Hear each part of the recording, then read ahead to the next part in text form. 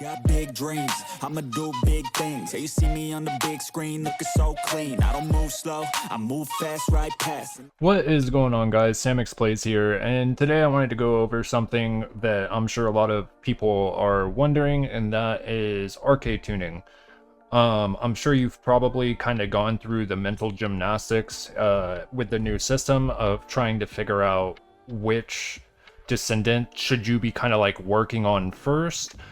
So I wanted to kind of give my opinion on it and kind of do a quick rundown, let you guys know what I am personally doing, so that way you guys can kind of come to an informed decision about, you know, what's the kind of best way to tackle this. Now, disclaimer, you don't have to be a min-max sweat. You know, if you really just like a character and you want to go max that character out, by all means, go ahead and do that. I'm not telling you not to. But me personally, I'm going to try to do mine a little bit more methodically, and kind of, I'll probably choose like 6 to 8 characters that I want to kind of focus into Arche Tuning, and then after that, probably just not bother for the other ones for a while, right? Unless I just get like super bored, because it probably will take some time if you're trying to max it on every single character. Let's go ahead and first talk about Arche Tuning. So this is going to be the new system for those unaware. Maybe you've never like seen a system like this. For those of you who have played like Diablo with the Paragon board, you are probably going to be familiar with this system. Essentially what it is it is a power boost to your character. You can think of this as like your talent tree, or, you know, your prestige level if you play COD, or whatever, your talent tree if you play WoW, Paragon board if you play Diablo, etc, right? So essentially you have your XP here, down here at the bottom, and there's going to be multiple ways you're going to achieve this XP. So for example, if I go over here to like a 400% dungeon, you'll see this icon, right? And it'll tell you how much like Arche XP you're going to be getting. You are then going to level up, and that is going to give you a point that you are going to use to essentially level up your character further than it already is via like extra stats, right? So for example, like the 400% gives you 300, right? And then if I go over here to the new area, if you do this once a day, this gives you 4,000. So you are getting a lot of XP if you are logging in and doing this once a day. However, keep in mind that you can only do it on one character, right? You can only run this once. So you can split it up, because it does apply if I wanted to do one. For example, if I wanted to get 4,000 experience on Bunny, then I could go over here, right? And then use my other one for like Haley, you know, etc, etc. Whatever you want to do, it's kind of up to you. You can infinitely grind this, but this is going to be your biggest like biggest income of XP would be the new area and doing it once daily. And of course you also get these high value relics that you can use to boost your Arche XP income. So these right here, these are new. These are going to basically give you a boost for your XP. Personally, I am not going to be buying these because I'm going to be getting equipment slots. I think this is just really good value, right? We can get 100 equipment slots. Now, of course, it's going to take you a long time to get the materials. I do not know if they plan to give us more of these like relics in the future via alternative methods, but for right now, you're not going to be able to get those 100 slots that quickly, right? So it is going to take you some time to do that. But if you were wanting to, you know, kind of max out your characters really quickly, you could come over here to Serena and buy the boost, right? So with all of this in mind, I wanted to go over kind of like my plan as far as how I want to tackle this.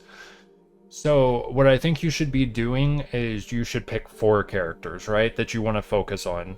You should pick 2 farmers and 2 bossers. So for me, I am going to be working on Bunny and Freyna first as my farming characters, right? They're both like really good at farming. Here we can see I have Bunny. This also does apply to Ultimate Bunny, right? Because they do share between normal descendants and ultimate descendants. So let's say I wanted to work on Inez, right? It doesn't matter like if you want to do Inez over Bunny or whatever. You just kind of want to have a general plan, so you're kind of like getting the biggest, you know, value for your time. So it's kind of just like preference in that aspect, right? But you definitely should be focusing on like at the very least one boss or one farmer to like max out first, because that's gonna give you your biggest surge of power essentially. So like for my Bunnies page here, for example, you know, I picked up a couple HP nodes, and then I just went into skill power, and then I also got a little bit of reduction in skill cost to help me with my infinite sprint bunny build. You know, and then a little bit of range here, and then I'm going to work my way up here, right, to give me that big juicy legendary skill power. You can spec out of these and reallocate the points, so if you mess up, it's not a big deal, or if you know, you just want to respec to try something out, you totally can. But this opens up a lot of options for a lot of descendants, because like for example, see like movement speed here. Let's say I'm on a really slow descendant and they do amazing damage, they're good AoE clear, but they don't really have a lot of movement speed. You can just come over here and pick up all the movement speed nodes, right, to kind of help you out with that. So it is very interesting. I think it's a great system, 100%. But yeah, I do think it's important that you kind of prioritize like kind of what you want to do. So like for example, for me, as I said, the first one I'm going to be working on is like Ultimate Bunny, just because she's like my farming character. She just goes fast. You could also do Inez, the permanent ulti 100% uptime on her speed Inez build, which I have here on my channel. If you don't know what that is, you can go look that up. Essentially, she basically just gets Bunny's speed of light ability for free if you have 100% uptime on it. And then after you choose like which farming character you want, so like Bunny, Serena, Inez, you would then be like, okay, I need a bossing character, right, that I want to max out first, because you're kind of dedicating each character to do one thing in the game, right? You're probably not going to take Bunny and then go and fight all the Colossuses, right? You would use like a bossing character like Haley or you know, now Serena. Serena is a powerhouse. I haven't leveled mine up yet, but I did see a couple videos of like a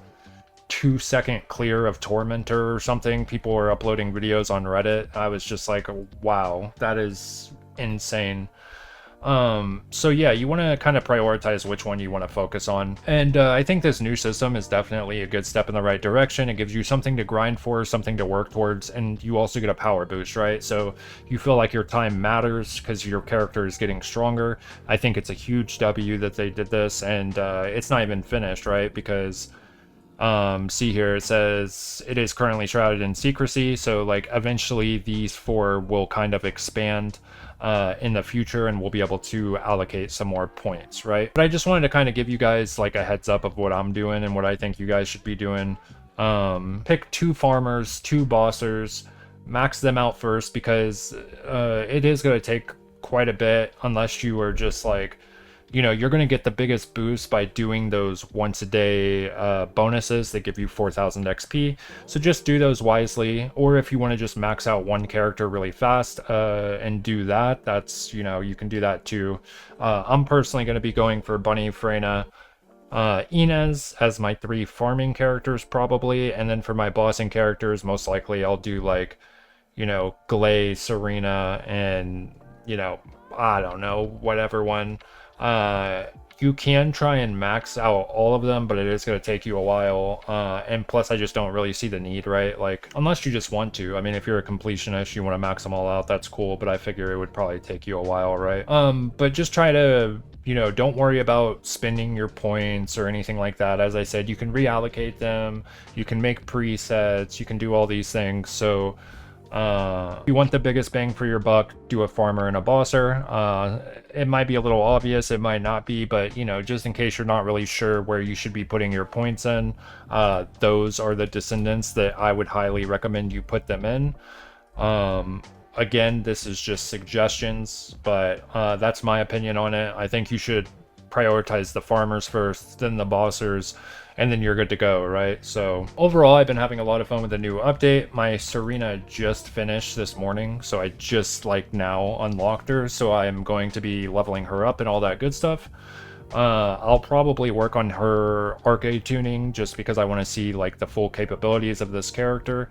I do want to finish my bunny first though, just because she's like my main go-to for farming alongside Inez and Freyna. But I'll most likely start working on her Arche Tuning as well, just because I do want to test out the character as well as get out a build video.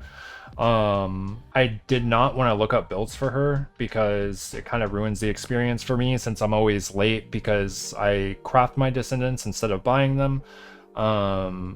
I don't want to just look up a build, you know what I mean? I kind of want to discover all the magic myself and have fun and play around with the character, right? But anyways, guys, that's basically it. It's not too complicated. I know it can seem daunting at first, but you know, if you're running a spellcaster, just spec into like skill power.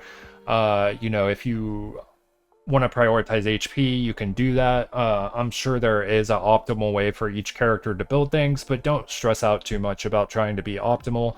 Just try and go to, like, you know, if it's a spellcaster, go into skill power. If it's a gun build like Valby or Enzo or whatever, spec into, you know, like firearm attack and stuff like that, right?